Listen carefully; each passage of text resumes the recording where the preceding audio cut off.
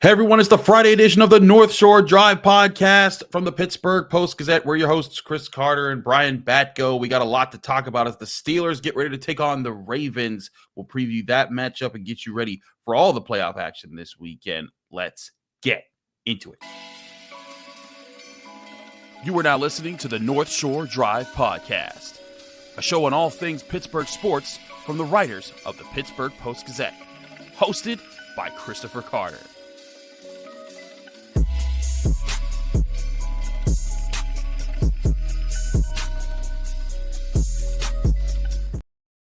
Hello and welcome to the North Shore Drive podcast from the Pittsburgh Post-Gazette. I'm your host, Chris Carter, here with one of our great Steelers beat writers, Brian Batko. And as always, you can find this show on all your favorite podcasting apps and on YouTube. Like this video if you enjoy it. Subscribe to this channel to get all of our Monday, Wednesday, Friday episodes of the North Shore Drive podcast, as well as the daily content that comes out from all of our sports writers here at the Pittsburgh Post-Gazette. And as always, this show is brought to you by Edgar Snyder Associates. Whether you're injured in a car accident or hurt on the job, Edgar Snyder Associates has helped injury victims for over 40 years recover more than $2 billion on their behalf.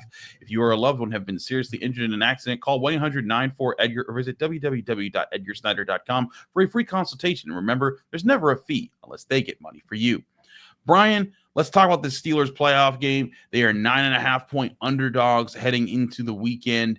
A lot of people are picking the Ravens to win. We'll give our picks at the end of the show. But looking at how these things have played out, you and I were talking about this.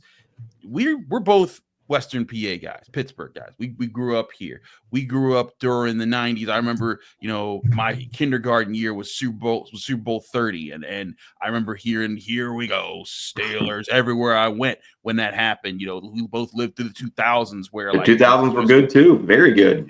I mean, there were so many times where if you were just in the playoffs, didn't matter. There was pep rallies, everything shut down for the Steelers. But it doesn't. I mean, maybe we're disconnected from it because we're so locked in on the team. We're at the facility all the time, but we're not hearing the same sort of excitement. And maybe it's because there's this futile sense of, well, they're just going to lose in the first round again, like they have since 2017. Yeah, I mean, that combined with the 4-game losing streak to end the regular season, I think even a lot of the most diehard Steelers fans are kind of resigned to their fate in this game, rightly or wrongly. And hey, I mean, if you disagree, if you're someone who lives here in Pittsburgh or Western PA and you feel like there is a lot of buzz or juice among your family, your friend group, feel free to let us know in the comments. I know, though, our audience for this channel also goes well beyond Pittsburgh and Allegheny County and surrounding areas. So just trying to give people a feel for if you're in a different state or if you're in a different country and you're part of Steeler Nation. I don't feel that same vibe or that same buzz about this team and about this playoff situation. Now, the team still had a bunch of community events this week, I think, leading up to it. And I think there's a pep rally today at Chartiers Valley High School. But I don't know. I mean, just being around and like you said, I mean, we're sort of removed from that as writers and who cover the team. And, you and I were talking at practice yesterday. We were still outside watching practice at Acrisure Stadium, and we were both, we both still enjoy our job, and we're appreciating that we're about to cover a playoff game. This will be my third Steelers game covering in person because of the COVID year. So fourth overall. There's a lot of beat writers around the NFL who probably even haven't had the chance to cover any of these postseason games if they've been doing it 6 years like me. So that's not lost on me or us personally, but yeah, I mean, it's just it doesn't feel like people are wearing their Steelers jerseys and their black and gold all around town this week and excited for what could be a big game. It feels like they're more doom and gloom, and the season's basically already over. It was wild, Brian. I think about a month ago, there was a little bit of buzz around this town. I think there was a lot of buzz. I mean, I said this the other on the radio, I think yesterday, and it's kind of a weird thing to say now that they've lost their last 4 games. They end the regular season on a 4-game skid. They blew the division when they could have won the AFC North. But on balance, when you think about everything that's transpired from September to now, I think objectively for a fan, it's been a pretty fun Steelers season. There have been a lot of highs. There have been a lot of good wins. And like you said, Chris, just a month ago, I think the mood was really good around this team and around the fan base. I mean, and there was good reason for it. Like the Steelers defense was taking away, was taking away turnovers. They still, finished top in turnovers, but the Steelers defense was playing at a high level. The offense was throwing the ball. There was excitement around the offense. Like, after years of what felt like just futility and wasted efforts and trying to get anything out of the offense, Russell Wilson had George Pickens going. There was hope that Mike Williams would turn into something. The run game was kind of sparking here and there. There was like, okay, now like let's see how they go down the stretch, and then they lose all 4 games down the stretch, and now people are like, well, what's to look forward to for this team? And listen, I feel the frustration. It's been frustrating to cover at times when you're just like, man, like the things that I'm writing about last week, I could write about this week as far as why they're not doing well right now. But I look at the Steelers team, and I still think that like whereas they are for good reason an underdog in this game. I still think this is a competitive Steelers team that could pull off an upset in Baltimore if they're able to get back to doing the things they've done well. The question is, can they get back to things they've done well? Yeah, and I don't really get the sense that they're playing up the nobody believes in us card. I mean, I don't think I talked to any players this week who felt that way or were dropping some of those quotes or cliches like, no one's giving us a chance, no one believes in us, it's fine if the world's against us, backs against the wall. It seems like they're more matter of fact about it. I don't want to necessarily say quiet confidence because I don't know that they're confident, but I think they're not leaning into the whole underdog thing the way they could as a 6 seed, and maybe that just comes with being the Steelers. And TJ Watt even said Thursday, like, we've been pretty good this year. He said, obviously not the last couple weeks, and I wanted to be like, TJ, couple weeks times 2, buddy, and it's 4 games in a row. So I mean, he was going a little easy there, but I mean, he thinks this team still has the talent, the coaching, the schematics, want to get the job done. But the harsh reality of that, the cold truth, as someone said in one of the replies to me on Twitter, was, what would TJ Watt know about making a playoff push? He's never won a playoff game. So, hey, that and TJ didn't really mince words either on that. He's like, that's my story right now. Unfortunately, I want to change it. I hope to change it, but that stat is part of my Steelers legacy at the moment, and can't change until we as a team go out and change it. So I mean, this is, I think I remember leaving Acrisure Stadium for one of those back-to-back primetime games against the New York teams. It was probably after the Giants game, because that's when they were really rolling, and Calvin Austin had the punt return touchdown, and Russ played pretty well again. And I remember thinking, like, this is maybe the most encouraged I've been by a Steelers team all 3 phases. I mean, 2021, even 2020, although that team, when they were 11-0, it still felt like they were a little bit of smoke and mirrors at times. So it really did look good back then. And I don't think it was all fool's gold. I mean, yes, they were beating up on teams that aren't going to be in the postseason, and we always knew that was the softer part of the schedule, but they weren't squeaking by. I mean, they were winning those games pretty decisively. So they just weren't able to seize on that momentum and keep it rolling through the regular season, and at least win one of these last 4, let alone get a split against 4 pretty good teams, 3 playoff teams, and one that would be in the playoffs if they didn't lose to the Steelers the first time around. So now, as again, to go back to what TJ was saying after practice yesterday, you got to see if they can recapture what they had, and he thinks that's easier to do than if you'd never had it. So were they the team that was 10-3, or are they the team that finished the season in a major slump? We will see. Yeah, I think Mike Tomlin will tell you they're both teams. They have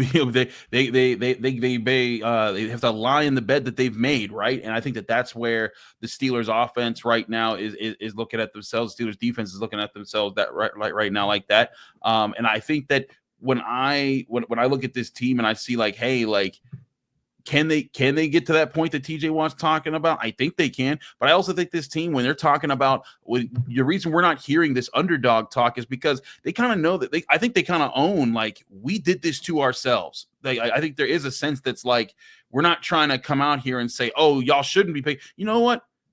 Pick whatever you want. That doesn't matter. What does matter is we have to control what we can control. And I think that's the thing that I've heard the most, is that, like, you know what? It does, all the talk, all of this, we can do that. We have to execute. We have to make plays. We have to do the things that we know we can do. That's the thing I've heard from the Steelers the most, and I think that's the message that needs to be out there. If this team doesn't have time to worry about what other people think about them right now, because they're not playing well. They need to get their own stuff together. If they were playing really well, I would get that. Like, if they, like, let's say this happened in reverse, right? Like, let's say that 4-game losing streak happened in October and they were 5-7, and then they won 5 straight to get into the playoffs, and they're riding a hot hand, and people were saying, then I think there might be some underdog talk there, because of the way that, because then they'd be coming in like, nah, we're playing well. People should acknowledge that. But I think they know we haven't played well. I think that's where their mindset is at right now. Yeah, and hey, it's Friday morning, so maybe when I drop my son off at school, I'll see a bunch of Steelers jerseys, and it'll feel like a Steelers playoff weekend. But man, maybe it's just me, or I guess maybe it's just us. And we know there's still a ton of interest in this team. Obviously, I'm not saying that, but it just doesn't feel like a Steelers playoff week where they could be on the first step to a journey to winning the Super Bowl. And I know that's not exactly realistic with the team we saw, and the team we've seen recently, and it's never really realistic, a Super Bowl run for a 6th seed. But hey, they were the 6th seed once upon a time and went all the way. So that magic has happened for this organization this century, within the last 20 years. But it just doesn't feel like a lot of the fan base is believing in that right now. I get that entirely. We'll take a break. When we come back, I want to look at this first round of the playoffs, and we're going to talk about some of the other matchups that are going on. And we'll come back and look at this Steelers-Ravens matchup specifically, and what to see from both these teams, and how we think this is going to play out, all here on the North Shore Drive podcast from the Pittsburgh Post-Gazette. Chris Carter, Brian Batko. But first, I want to remind you, this show is brought to you by Edgar Snyder Associates. If you're injured in an accident, you're probably wondering, what's next? Well, for 40 years, Edgar Snyder Associates has helped injury victims answer that very question. Whether it's gathering evidence, collecting medical records, or dealing with the insurance companies, Edgar Snyder Associates has helped over 75,000 people answer the question, what's next? Call 1-800-94-EDGAR or visit www.edgarsnyder.com for a free consultation. And remember, there's never a fee unless they get money for you.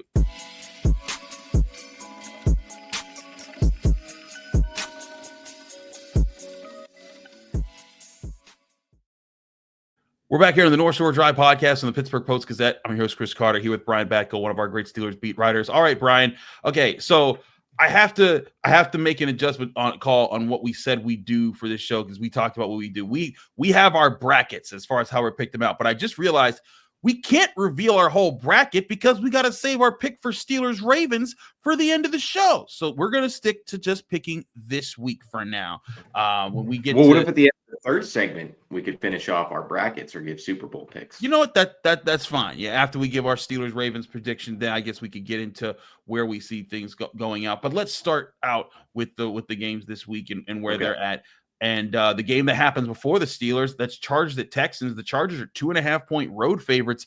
Brian, I thought this spread would be a bit wider. The Texans have played pretty terribly. The Chargers have fought their way into the playoffs. Give me Los Angeles. I think they win this one pretty easily.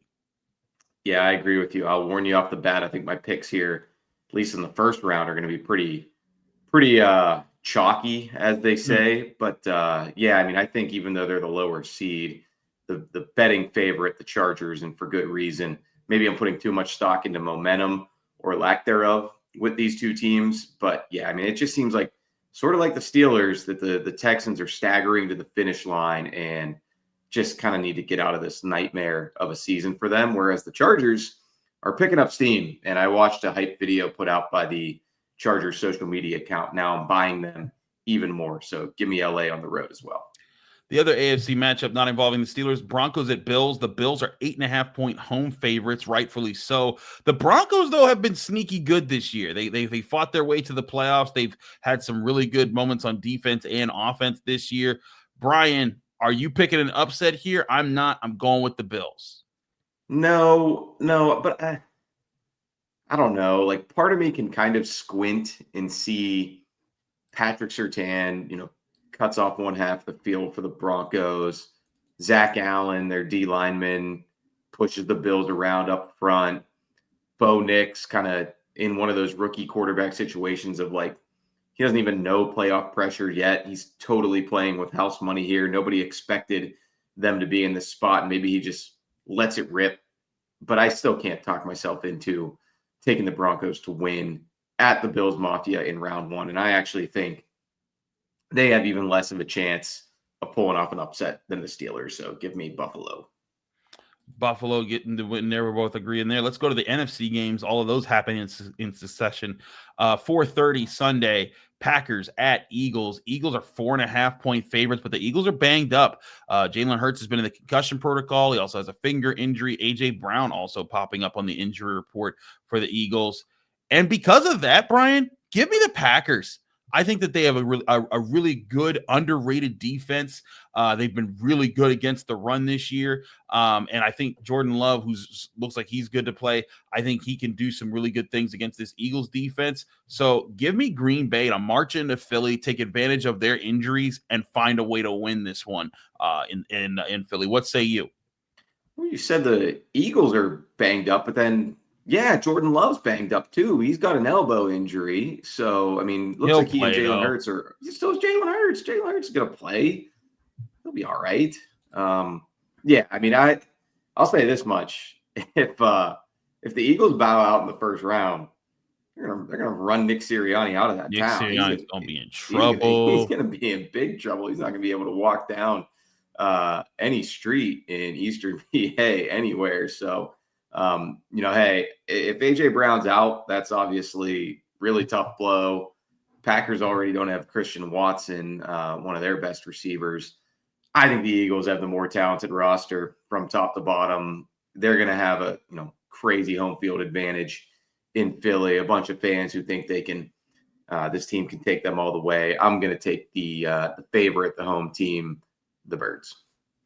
Da Birds. But okay, so we split there. Commanders at Buccaneers. Buccaneers are 3-point favorites.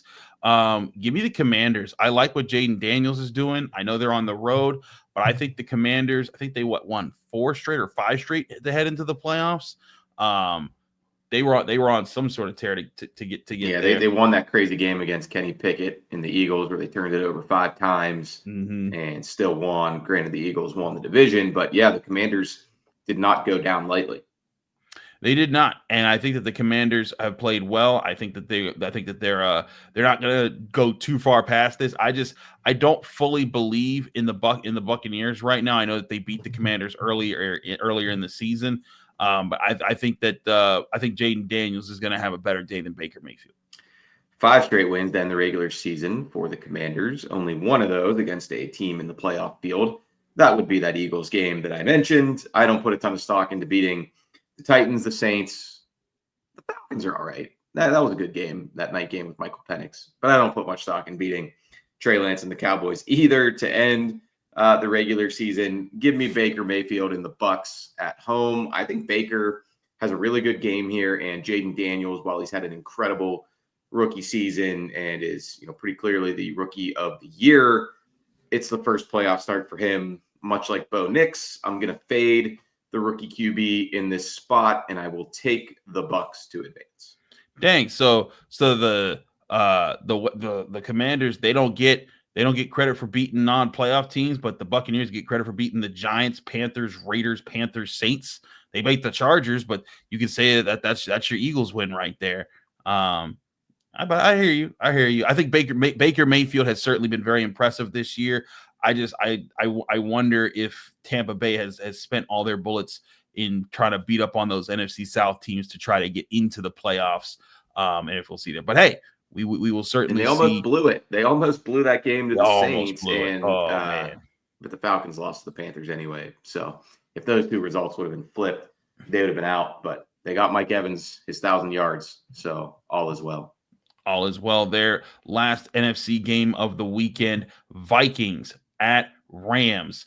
The Rams are at home, but the Vikings are 2.5-point Remember, favorites. though, Chris, was breaking news last night. This game will Yes. be in Glendale, Arizona. So the Rams are not really at home. That's a good point. They're not actually at home now, and now that they're still in the West Coast, but that is a challenge that's gonna be tough to meet. I look at this game though, and I've liked the Vikings for a lot of this year. Their defense has done a lot of good things. I know we've joked about Sam Darnold a lot this year, but give me the Rams because I like the way that they've stormed. They've been my dark horse for about a month now. I think that they went on a tear late in this season to be able to be a team that could be tough to beat. I've been watching them fight their way through through injuries, through finding themselves trying to get a way to get to the playoffs, and they did. They found a way to win a tough NFC West game. In a division that was very tight when you look at how things played out for the Rams. They lost their last game of the season because they didn't need to play it, but they had to win 5 straight to get to that point to clinch it. And one of those wins was over the Buffalo Bills and in a shootout. I think Matt Stafford, I think this offense has figured some things out. I think this defense has figured some things out. Those young Florida State guys, Braden Fisk and Jared Verse, they've been making a difference. So give me the Rams to upset the Vikings despite the relocation, despite the Vikings' great season and almost getting the 1 seed. I think the Rams find a way to win at home.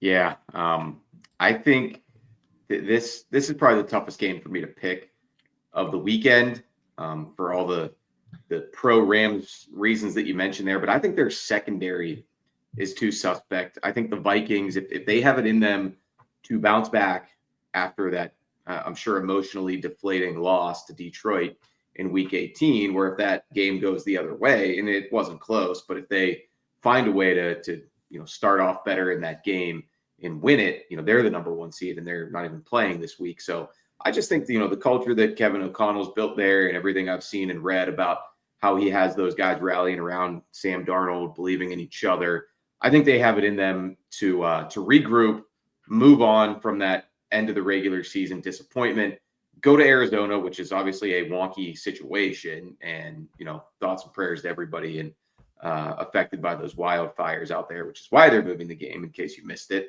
I think the Vikings do win this one, move on, and Sam Darnold actually has a pretty good bounce back game against, again, a Rams secondary that I think is maybe the weakest link in this one.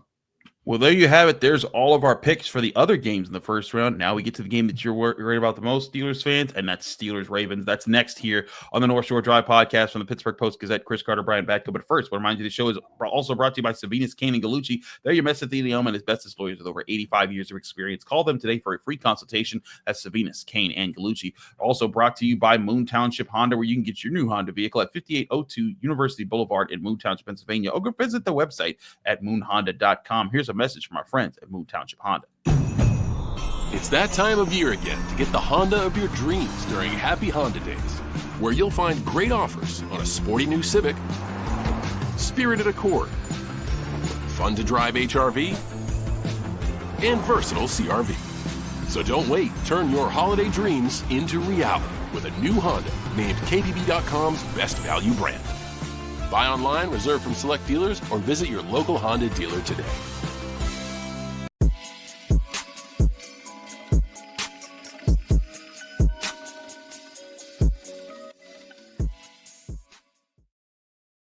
We're back here on the North Shore Drive podcast from the Pittsburgh Post-Gazette. Chris Carter, Brian Batko. Let's talk closer about this Steelers-Ravens matchup. We've talked about it all week long. The Steelers are 9.5-point underdogs in this. I feel like that's a wide spread for how close these teams normally play each other. I know the last time the Ravens won by 17, but I also felt like there were a lot of things that happened in that game. They're a little bit different. The Steelers were really banged up. The Steelers look relatively healthy going into this game with their secondary fully intact. I think this game can still come down to the final minute, but I do think it does require this Steelers defense to make this the rock fight that it's normally been during the 2020s when these two teams have met up.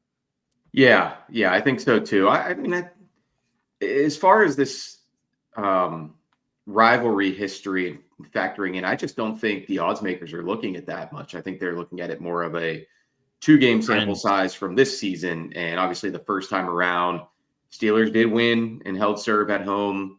But I mean, it was about as unimpressive as a win against your arch nemesis could be, in the sense that Chris Boswell boots 6 field goals. Justin Tucker misses 2 of them. It seems like he is back on track for Baltimore. So it was kind of a weird game in that sense. And then obviously they turn around in round 2, the Ravens win it.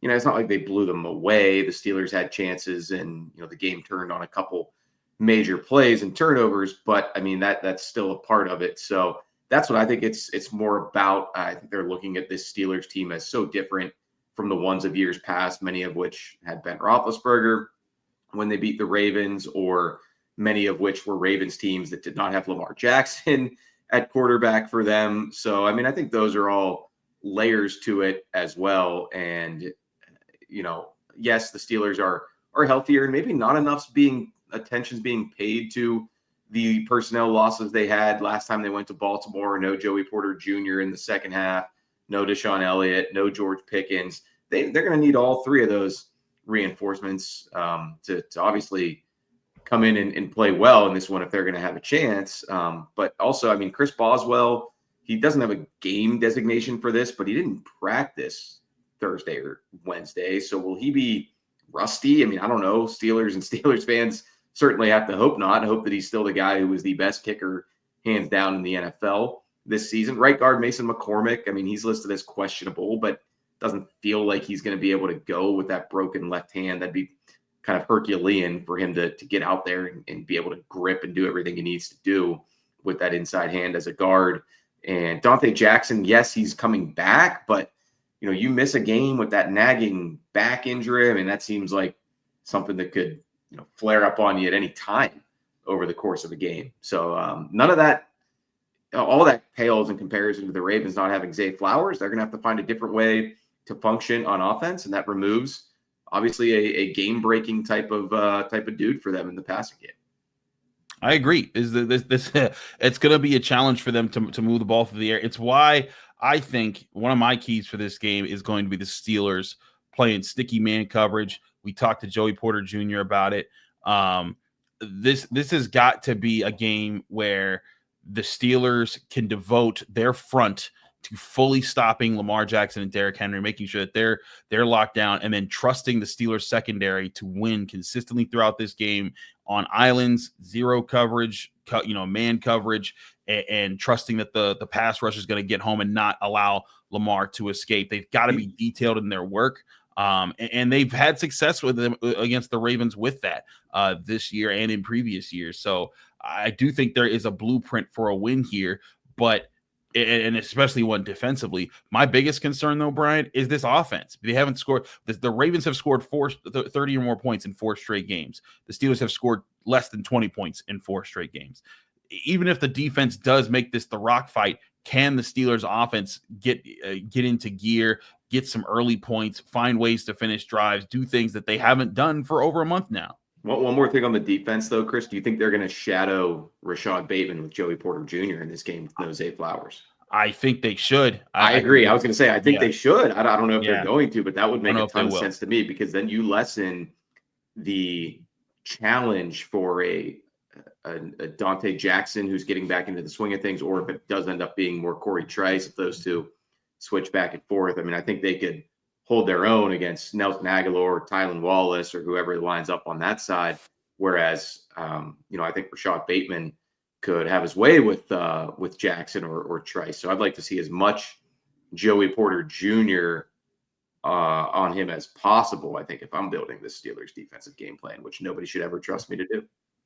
You're right. Yeah, whenever someone reads my film articles and like, Chris, you should be a defensive coordinator or an offensive. No, I should not. Don't ever put that. Don't you put that evil on me, Ricky Bobby. I'm not about that life. I don't need. You're like maybe for Alderdice High School, but even then, we're not. Yeah.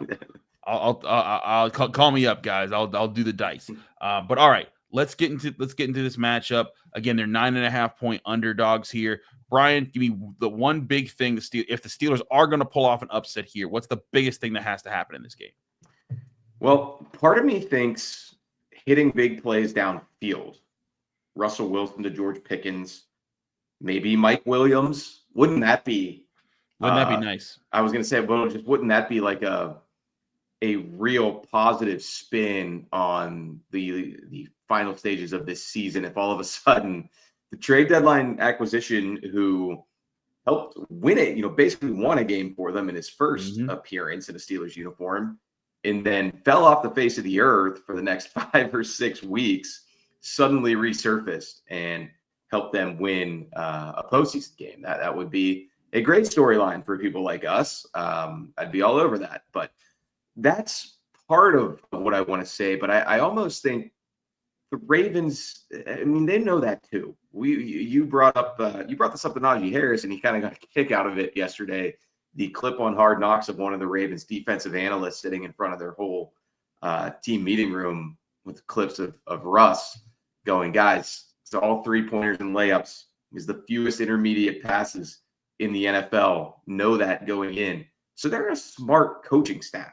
They are going to devote resources to making sure that they don't hit moon balls to George Pickens and Mike Williams if he's out there. So I actually think, assuming that all of a sudden this offensive line is not going to snap into shape and start pushing around an opposing front seven and establishing the run, I think the intermediate passing using the middle of the field, specifically Pat Freiermuth, and maybe even, here's a crazy idea, Darnell Washington here and there could be the key for Russell Wilson in this offense to sustain drives and move the ball more effectively. I just don't have a ton of confidence that they're going to be able to do that. That's my thing. I need to see it to believe it. And there was a time we were seeing it. There were times they were hitting seams. The offense was functioning. And then Russell Wilson just stopped hitting those passes. And I feel like the protection got a little worse, and he's not quite as improvisational as he was early in his career. So that's a tough recipe there.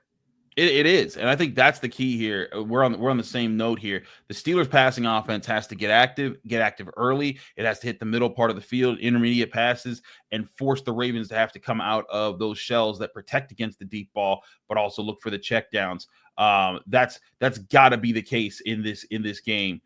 Because if the Steelers can get that going, it can open up everything else. The pass can set up the run, and then all of a sudden your offense is humming, and then it's on your defense to play. What I think the defense, it's more likely to see them to see the defense play within themselves and play as a tightly wound unit and limit the Ravens offense from taking over the game than it is to see the Steelers offense to get that. If the Steelers offense does that, I think that puts them in a great position to win this game.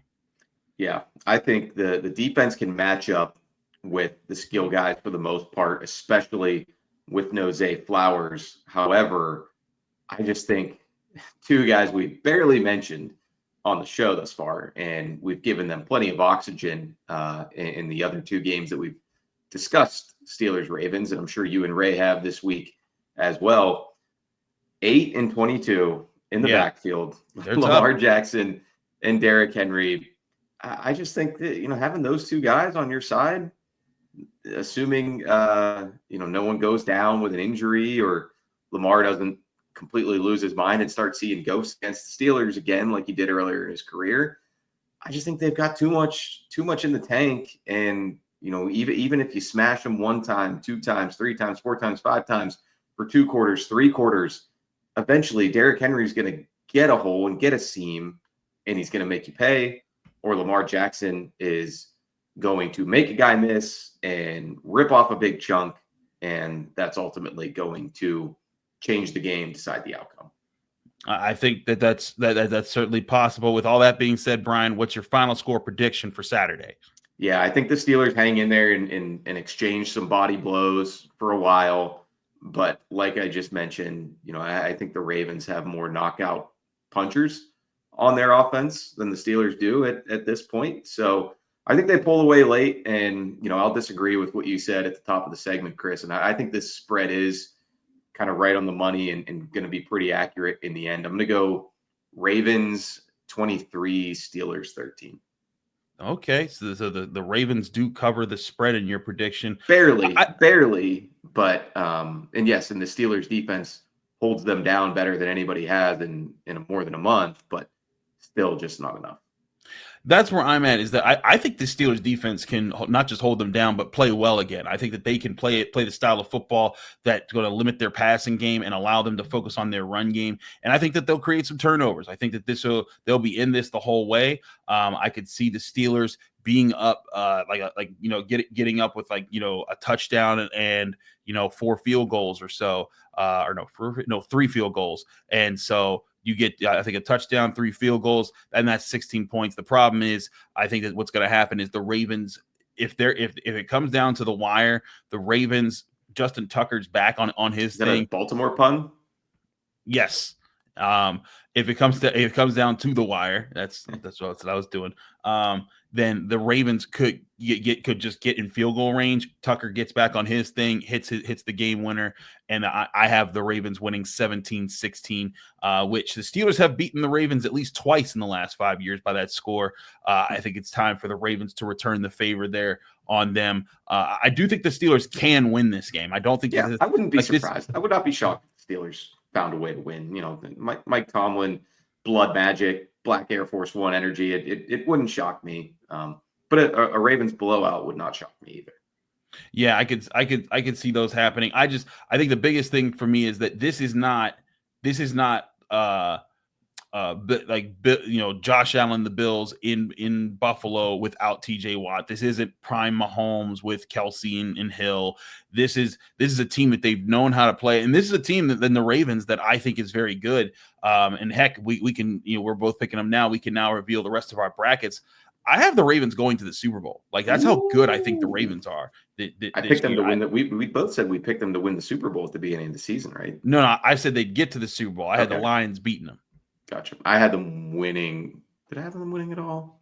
I can't remember. Let's just do our current bracket. So, yeah, you've got them going all the way in the AFC.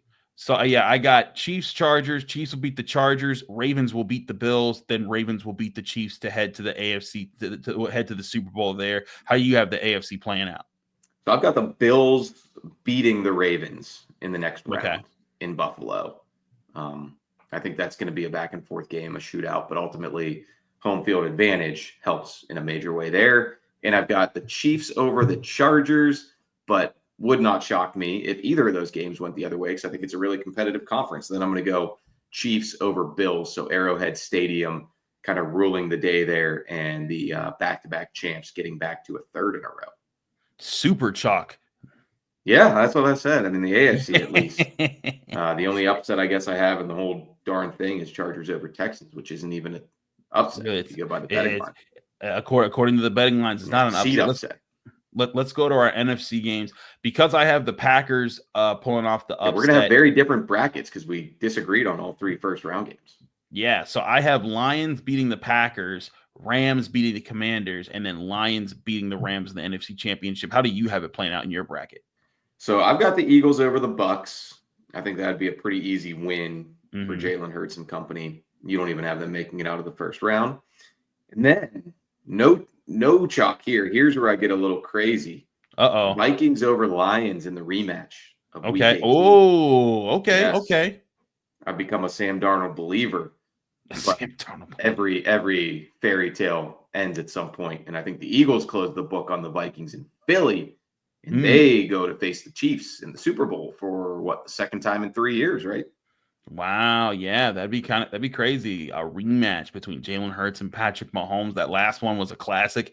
Okay, there. So you have Eagles, Chiefs in the Super Bowl. I have Lions, Ravens. Who do you have winning it all? The Philadelphia Eagles. The Eagles. Shout out Johnny McGonigal somewhere smiling watching this show on YouTube. Johnny would love that. Go Birds. He would love that. It would be another Steelers cast-off, controversial Steelers cast-off. In this case, Kenny Pickett winning. Kenny Pickett getting a ring with his new team in a marginal role, much like Juju, much like Antonio Brown. Now, those two guys were much more accomplished in Pittsburgh, obviously, but I don't know. I could be wrong. Steelers could lose, or the Eagles could lose to the Packers in the first round, like you said. But no, I just think they have a really, really good roster, and the dysfunction that kind of hit them at a weird time in the season, actually right before they played the Steelers, maybe that makes them stronger in the end. And, you know, like I said earlier, if your prediction's true and they lose in the first round, Nick Sirianni is getting catapulted out of Philly. If they win the Super Bowl, then what happens with the head coach that everybody there seems to love to dislike? That would be a strange storyline, but I think they've got it in them. I also think if the Eagles play the Chiefs in the Super Bowl and the Chiefs beat them again, that would be whenever people talk about Mike Tomlin leaving the Steelers, well, you know, it's just time. Look, it worked out so well for the Eagles when they got rid of Andy Reid, even though he was 4-12 in his last year. That's different from what Mike Tomlin's been through. And even though Andy Reid's got, 3 Super Bowls with Patrick Mahomes? Am I counting that right? Yeah, 3 Super Bowls. Yeah. So if they won a 4th Super Bowl twice over the Eagles, I feel like the coach kind of won out over the Eagles in that situation. I think he kind of already has, and it's kind of shown that maybe I get that 4-12 was the thing that they had to get past in Philadelphia, but I mean, they won one. They won one with Doug Peterson, so I think 3 coaches both later happy there. But yeah, three coaches later they were able to get one. But I think if you would rather win the one or have like the all-time franchise right now that people are saying could challenge the Patriots dynasty, I think that Andy, you'd rather have that coach. But what if your choices are 1 Super Bowl in what are we saying here, like a 10-year span, or 10 consecutive non-losing seasons, or three Super Bowls in like 4-5 years, like Andy Reid's done since they fired him. that's kind of my point. You brought up Tomlin in this part of the discussion. All I'm saying is that argument does not hold water when you look at, well, Andy Reid just went and kicked butt somewhere else, and you'd be kicking yourself. Pittsburgh fans who've been saying that would be kicking themselves in the butt watching Tomlin win 3 Super Bowls somewhere else with another team. My whole point there, if the Chiefs get there, but I don't have the Chiefs getting there. I think it's Ravens-Lions. I got the Lions winning the Super Bowl. I'm sticking true. See, unlike you, Brian, I don't abandon my picks. I'm true blue all around. I picked Lions-Ravens back in August when we wrote these preseason fillers here. That's what I'm sticking to, my guns. I've always stuck to my guns. I said Steelers were going to finish 2nd in division. They did that. Now the Ravens are going to handle their business. They beat up on the Bills earlier in the season. They're due for an upset over the Chiefs. This is the year until they run into those kneecap biting dudes from Detroit, and Dan Campbell's going to get a big win for the Lions. They deserve a Super Bowl, and I think they're going to get one in New Orleans on February 9th when those teams clash. I should stick to my guns and pick Ravens over 49ers in the Super Bowl. I just need 6 NFC teams to get disqualified for steroid use or something, and then I'll be in good shape. Hey, it's possible. To put that thing out of the way. Massive scandal 3 days before the playoffs, and the 49ers are back in.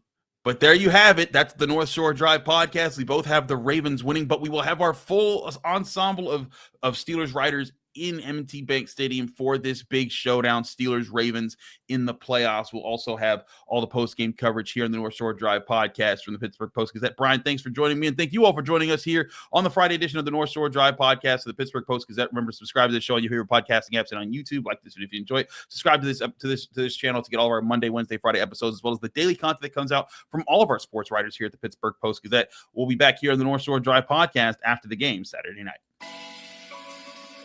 Thank you for tuning in to another episode of the North Shore Drive podcast from the Pittsburgh Post-Gazette. If you watch this video on YouTube, please like the video and subscribe to our channel. For all the sports coverage from the Post-Gazette that we have to offer, visit post-gazette.com.